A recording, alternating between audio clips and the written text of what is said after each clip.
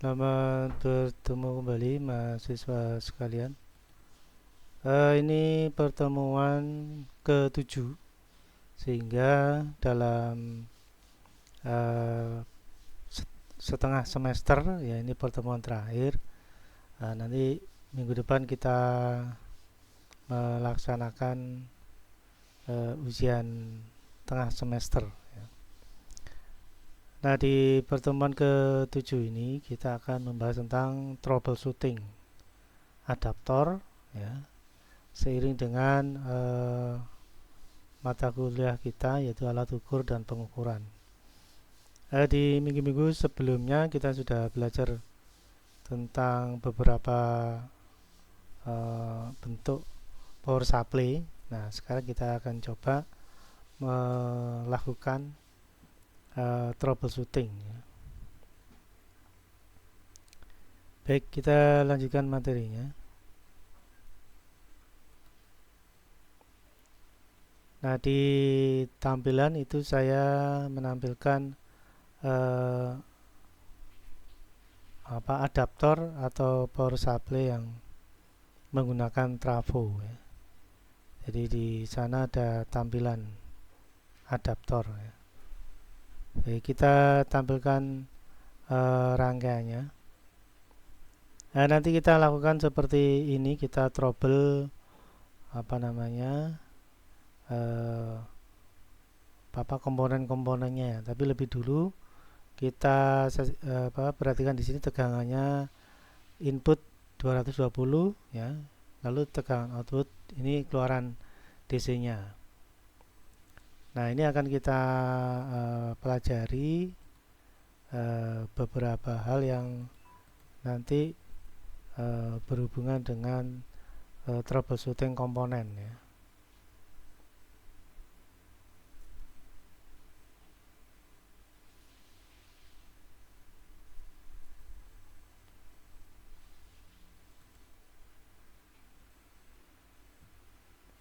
Baik, kita mulai aja troubleshootingnya.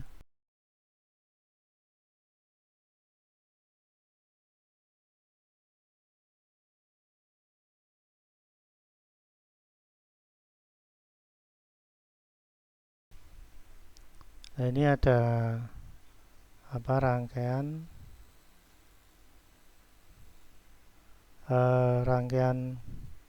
power supply pakai trafo, ya.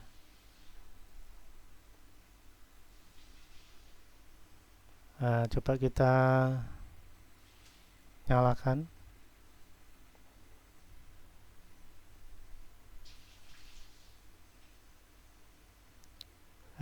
Di sini tegangannya 220, lalu outputnya sekitar 5 volt, ya. Di sini tegangan outputnya harus datar, ya, atau direct current, ya, harus stabil, ya. Jadi tidak naik turun gitu, tapi ini harusnya stabil. Maka dia disebut dengan DC atau direct current. Nah, coba akan kita lakukan troubleshooting, ya.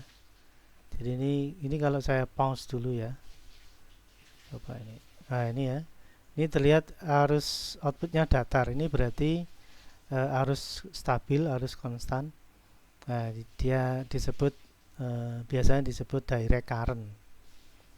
Nah, atau disingkat dengan DC. Nah, coba kita trouble, ya. Di sini ada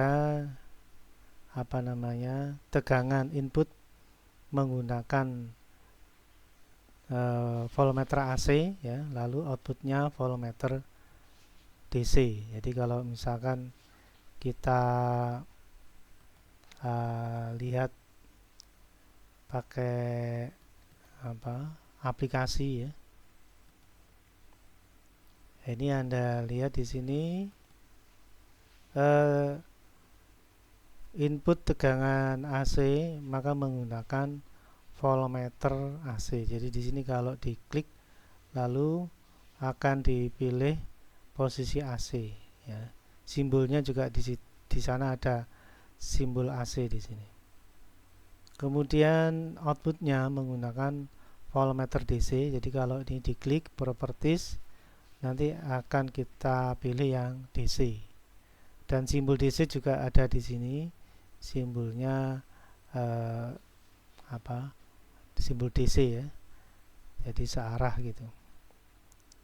Jadi kalau voltmeter AC istilahnya alternating current harus yang berubah-ubah ya simbolnya. Tapi kalau DC ini harus datar atau direct current. Persis seperti output dari tampilan osiloskop ya. Nah, ini kondisi normal. Nah, sekarang kalau misalkan kita coba kita trouble di dioda ya. Jadi nanti ini dioda kalau diklik, kemudian di sini ada menu untuk men-trouble ya. Jadi di sini akan dipilih menambah trouble istilahnya ya. Nah, ini nanti tampilannya bila dioda itu dipilih, nanti kita bisa pilih beberapa hal di sini ya. Ada none berarti dioda dianggap tidak ada kerusakan. Kemudian open dianggap dioda putus ya. Nah, ini yang saya pilih short ya. Anggap aja diodanya hubung singkat. Nah, ini ya. Kemudian kalau misalkan kita hidupkan ya, dengan catatan dioda ini sudah terhubung singkat, maka tampilannya sudah nggak lurus lagi, tapi bergelombang. Ini menandakan bahwa proses penyearah dari AC menjadi DC tidak berjalan lancar ya. Nah, sekarang coba kita tampilkan di rangkaiannya ya.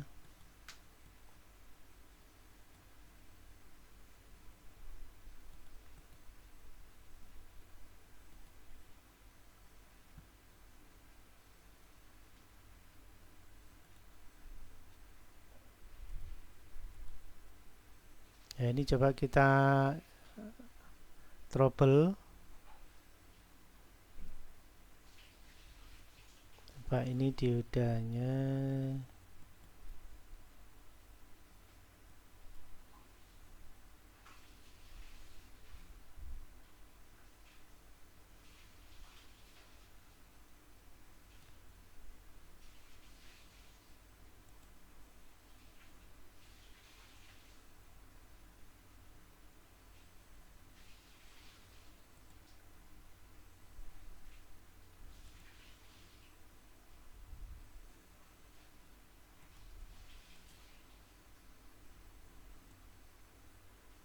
Nah, saya pakai rangkaian ini aja. Ini kalau saya perbesar,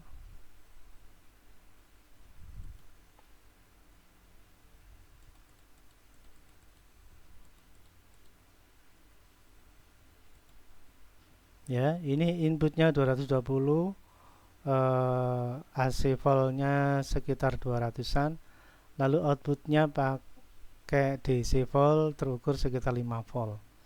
Nah, ini outputnya ini tertampil di osiloskop datar ya, atau arus konstan atau direct current. Nah, sekarang ini kita stop dulu. Lalu diodanya seperti yang kita bahas sebelumnya, ini kita trouble ya. Ini kita kasih trouble hubung singkat ya. Coba ini tampilannya sama dengan yang saya tampilkan sebelumnya ya. Nah, ini sudah.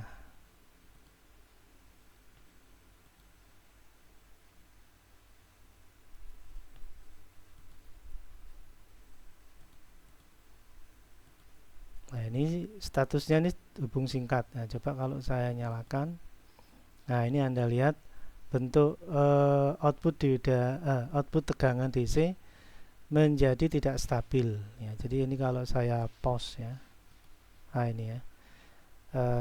Karena ada dioda yang tidak bekerja normal ya, dan proses penyiaran tegangan tidak terjadi dengan baik, maka output DC yang ditimbulkan menjadi tidak sesuai ya. Jadi di sini mestinya arus konstan, di sini terjadi perubahan arus ya. Jadi terdapat kesalahan, yaitu dioda hubung singkat akan mempengaruhi output tegangan, dan ini ternyata tegangan terukur di DC volt turun ya. Ini karena rata-rata tegangan DC-nya menjadi tidak stabil ya. Jadi mestinya 5 volt jadi turun ya, karena tegangan rata-ratanya menjadi turun. Ini kalau saya nyalakan lagi, nah ini.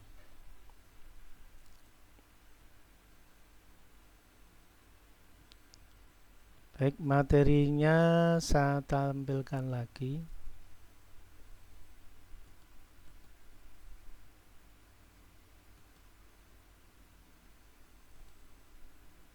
Nah, ini tampilan seperti ini ya. Jadi dengan dioda yang bermasalah, outputnya menjadi tidak stabil. Baik, kita lanjutkan lagi. Nah, sekarang kita lanjutkan dengan trouble pada komponen yang lain, yaitu kita coba trouble pada kapasitor ya. Fungsi kapasitor itu sebenarnya adalah membuat tegangan output penyiarah yang semula masih dalam bentuk gelombang, dengan adanya kapasitor itu akan mengisi tempat yang kosong untuk mengakibatkan tegangannya atau membuat tegangan naik turun ini menjadi stabil atau direct current ya, arus yang stabil. Nah, ini kalau kita trouble, maka seolah-olah fungsi kapasitor tidak terjadi, sehingga bentuk gelombang menjadi seperti semula, seperti setelah dioda setelah disearahkan oleh dioda. Nah, ini coba kita eksperimenkan ya.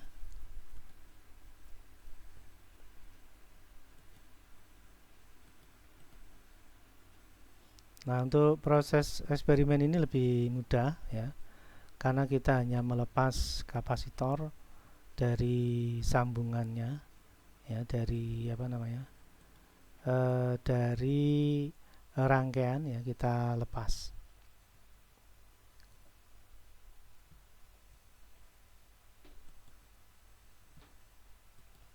Nah, untuk mengamati percobaan yang kedua, coba saya tampilkan rangkaiannya. Nah, ini kalau dioda sudah dikondisikan normal lagi, ibaratnya dioda diganti ya, maka tegangannya akan normal kembali. Nah, kita langsung aja percobaan yang kedua ya. Di sini ada kapasitor yang akan membantu tegangan hasil penyiarah oleh dioda menjadi stabil. Nah, sekarang kalau kapasitornya kita lepas, coba kita lepas ya. Ini rangkaiannya saya matikan dulu. Ini saya lepas saja. Nah, seperti ini ya. Ini kan tidak terhubung, seolah-olah kapasitor ini tidak berfungsi. Ini kalau dinyalakan rangkaiannya, nah maka tegangan yang semula direct current itu arus yang stabil menjadi fluktuasi kembali ya. Ini kalau saya pause ya. Nah, ini ya. Ini kalau tegangan saya pause, output tegangannya menjadi fluktuasi karena tidak dibantu pengisiannya ya. Jadi saat tegangan positif kapasitor itu diisi, saat tegangan turun mestinya isian kapasitor itu digunakan untuk mengisi yang kosong ini. Tapi karena kapasitor tidak dipasang, maka tegangannya tetap aja fluktuasi. Setelah positif ya negatif, setelah naik kemudian turun ya, setelah naik turun seperti bentuk gelombang aslinya. Nah, ini menjadikan bentuk tegangan DC tidak normal ya, tegangan tidak normal ini, atau tegangan tidak stabil lah gitu ya. Dan kalau Anda lihat di sini tegangannya menjadi turun ya, mestinya 5 volt, rata-ratanya menjadi lebih sedikit lagi. Ini menjadi 2, sekian ya. Nah, ini percobaan kita yang kedua. Dan tentunya kalau ada permasalahan seperti ini ya, misalkan semula tegangannya 5 volt tapi terukur kok malah turun, nah, kemungkinan kapasitornya yang bermasalah. Atau seperti percobaan kita yang pertama, bisa jadi diodanya yang bermasalah. Nah, coba ini kita kembalikan lagi ke posisi rangkaian sebelumnya ya. Jadi kapasitornya ini coba kita pasang lagi. Nah, sudah terpasang, lalu kita nyalakan rangkaiannya. Nah, ini Anda lihat tegangannya menjadi stabil kembali, sedemikian hingga tegangan DC-nya bisa digunakan lagi. Ya, jadi untuk rangkaian dioda, trafo dan dioda ini permasalahan yang sering terjadi hanya seperti yang kita praktekkan sebelumnya, ya, yaitu bisa jadi diodanya bermasalah atau kapasitornya yang bermasalah. Baik, kita lanjutkan materinya.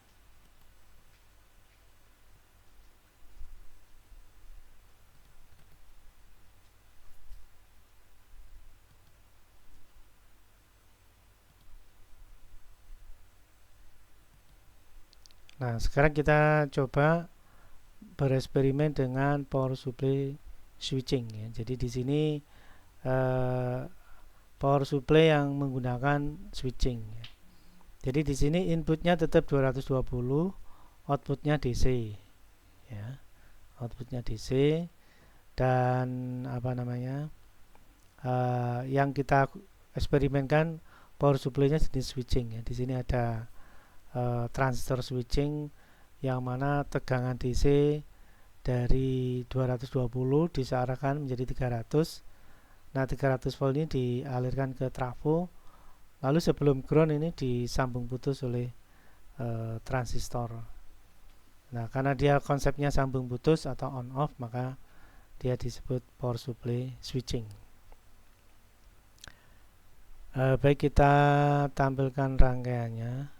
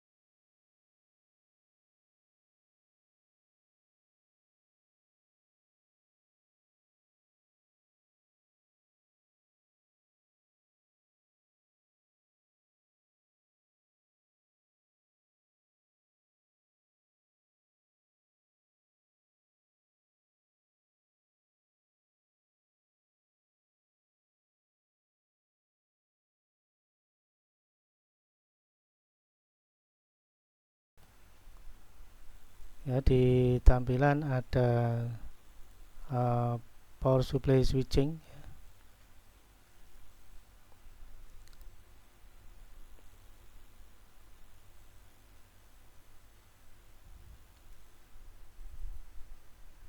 Dengan input 220, coba ini saya geser. Ya, ini inputnya 220 volt ya. Kemudian tegangan eh, hasil penyarahan dari dioda penyarah ini sekitar 300 volt ya. Dan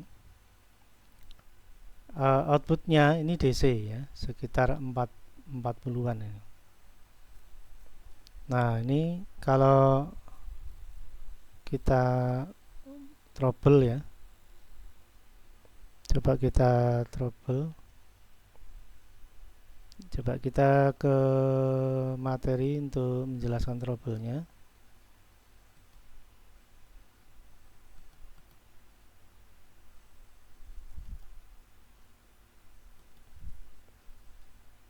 Ini rangkaian yang kita lihat tadi. Kita coba trouble dioda penyearahnya ya. Di sini ada dioda 4 dioda yang bisa kita trouble. Nanti kita amati hasil tegangan outputnya ya. Dan kalau dilihat hasil outputnya, ternyata tegangannya menjadi tidak stabil ya, karena hasil penyarahan ini mempengaruhi tegangan ukur DC-nya ya. Jadi semestinya sekitar 300-an, ini menjadi 200-an. Nah, ini akan mempengaruhi tegangan outputnya ya. Jadi tegangan outputnya akan menjadi tidak stabil. Baik, kita tampilkan rangkaiannya.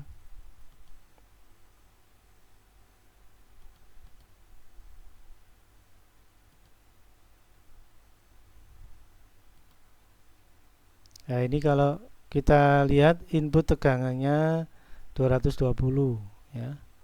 Kemudian disearahkan. Nah, ini tegangan out dari dioda ini 300. Nah, nanti kita akan trouble diodanya ya. Lalu Anda lihat di sini tegangan switchingnya ya.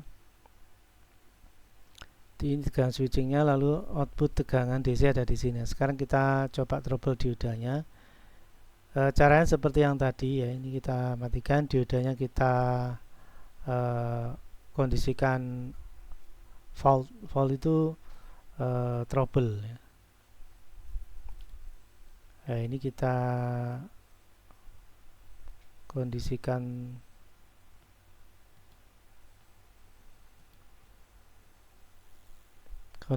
trouble.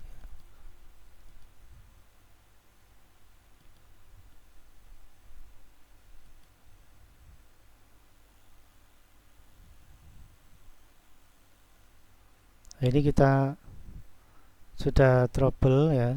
Lalu kita nyalakan.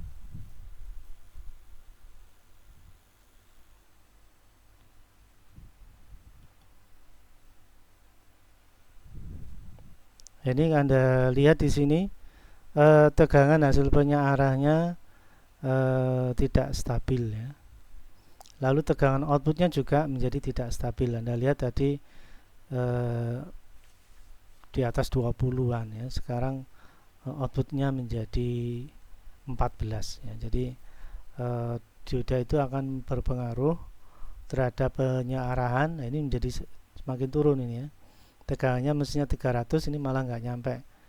Nah, ini akan mempengaruhi tegangan pada primer, dan tegangan sekunder akan juga ikut-ikutan turun ya. Nah, ini tegangannya semakin turun.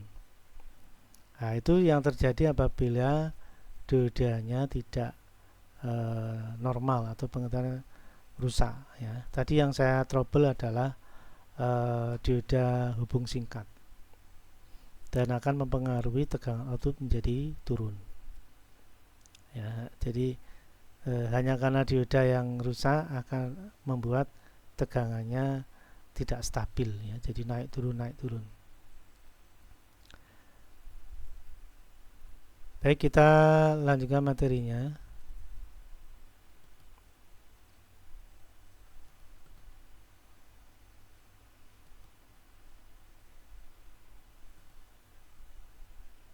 Ini ya. Jadi dioda yang rusak akan membuat penyearahan ya. Penyearahan jadi tidak stabil, tegangannya turun.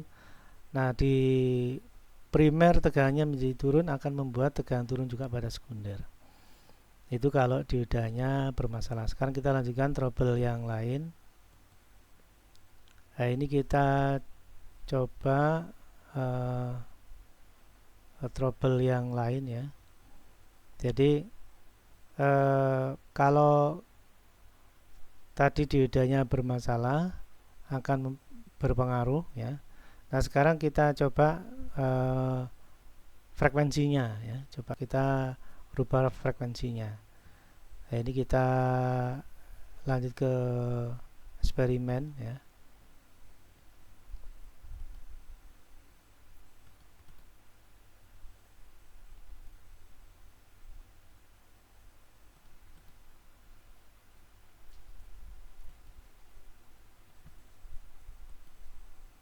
Ini tadi kita eksperimennya. Nah, ini tegangannya tidak stabil ya, karena dioda yang bermasalah. Akhirnya tegangannya tidak stabil. Sekarang kalau kita lanjut dengan memperbaikinya, jadi diodanya kita ganti yang baru misalkan ya. Asumsinya seperti itu. Nah, ini diodanya saya kembalikan lagi ke kondisi normalnya dia. Nah, ini diodanya sudah saya normalkan kembali. Nanti kita amati tegangan penyarah, lalu tegangan di apa namanya sekunder ya. Coba kita nyalakan. Nah, ini kalau Anda perhatikan dioda penyarah sudah normal, tegangan stabil di 300 ya, sekitar 300. Nah, maka outputnya menjadi stabil, tidak naik turun. Nah, poinnya di situ. Nah, sekarang kalau kita lanjut dengan trouble yang lain ya, ini osilator. Coba kita lepas osilatornya. Ini saya matikan dulu. Nah, sekarang kalau kita lepas sambungan osilatornya, lalu kita nyalakan. Nah, Anda lihat di sini tegangan switching tadi yang on off tidak terjadi lagi ya. Dan tegangan DC hasil penyarahan dioda tidak di switching di primer. Akhirnya tegangannya ya DC seperti ini. Nah, ini posisinya di primer trafo dan tidak dilakukan sambung putus oleh transistor karena hubungan osilatornya kita lepas. Asumsinya osilatornya tidak bekerja. Nah, bila ini terjadi, maka output tegangan pada sekunder 0 ya, karena memang tidak ada induksi di sekunder ya, akhirnya tegangannya 0. Nah, sekarang kita sambung lagi osilatornya. Nah, ini sudah kita sambung, kita nyalakan lagi. Nah, ini Anda lihat on off ya, sambung putusnya sudah terjadi lagi dan tegangan di sekunder muncul lagi. Jadi osilator ini sangat berperan penting dalam power supply switching ya. Jadi tadi kalau dilihat kan osilator kita lepas ya, diodanya masih bagus, kapasitor masih bagus, transistor masih bagus, trafo masih bagus, dioda di sekunder juga masih bagus. Namun karena osilatornya tidak berfungsi, maka tegangannya 0. Ya, jadi untuk power supply switching ini sangat berperan ya, transistor switching tadi serta osilatornya ya. Jadi osilator tidak berfungsi ya, power supply-nya tidak berfungsi pula. Nah, sekarang coba kita eksperimenkan. Ini kan frekuensinya kan 50 Hz. Nah, coba kita naikkan ya. Coba kita naikkan menjadi 100 misalkan. Nah, ini kalau kita hidupkan ya, maka di sini tegangan sambung putusnya rangkaian ya, switching itu semakin semakin rapat istilahnya ya. Lalu di sini tegangannya ini sebenarnya naik ini ya. Tadi 20-an ini sudah 30 ya. Jadi memang naiknya bertahap. Jadi terjadi kenaikan tegangan apabila terjadi kenaikan frekuensi ya. Jadi kalau kita kembali ke materi ya.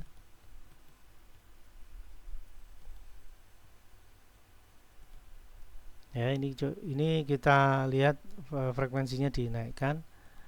Nah, ini kalau misalkan dinaikkan, tegangan juga ikut-ikutan naik. Ya, itu. Nah, kalau misalkan kita sudah paham ya, maka power supply switching itu outputnya peran pentingnya di osilator. Ya, memang bisa jadi terjadi kerusakan di dioda, bisa juga di kapasitor. Ya, ada primer, sekunder, ada dioda dan kapasitor. Tadi sudah kita eksperimenkan. Tentunya perlu diperiksa ya, diodanya rusak apa enggak. Kemudian tidak kalah penting adalah osilator. Dan frekuensi ini ternyata mempengaruhi tegangan. Jadi frekuensinya naik, tegangannya juga ikut naik. Frekuensinya turun, tegangannya juga ikut turun. Nah, kemudian yang terakhir, ini bentuk dari power supply trafo ya. Jadi ada trafo, kemudian ada dioda 2 ya. Ini tertutup kabel kayaknya. Jadi ini ada dioda, lalu kapasitor. Ya sudah, ini menjadi power supply sesuai dengan tegangan yang di dihubungkan. Kalau ini 12, trafonya CT ya. Tentunya di sebelahnya ini ada 12 juga, makanya ini tertutup kapasitor ya. Jadi 12 ke dioda, lalu 12 satunya juga ke dioda sebagai positif, lalu negatifnya CT trafo. Nah, ini menjadi output tegangan DC yang stabil. Nah, ini adalah contoh implementasi untuk power supply trafo ya. Nah, berikutnya untuk power supply switching ya. Ini adalah power supply switching. Ini biasanya di televisi atau monitor LCD ya. Jadi kalau Anda amati sama persis dengan kita simulasikan tadi. Ada input AC, ada dioda penyarah, ada kapasitor penampung tegangan DC, hasil penyerahan dioda dari input 220 ya. Makanya ini kapasitornya tegangannya tinggi 300 volt ya. Tapi kapasitornya tertera lebih dari 300 ya, biasanya 400 volt. Lalu positifnya pada dioda kapasitor ini dihubungkan trafo ya, trafo primer, lalu disambung putus oleh transistor. Nah, transistor ini digerakkan oleh osilator ya. Jadi biasanya ada komponen tambahan ya untuk osilator. Lalu di sekunder ada satu dioda dan kapasitor sebagai penyarah.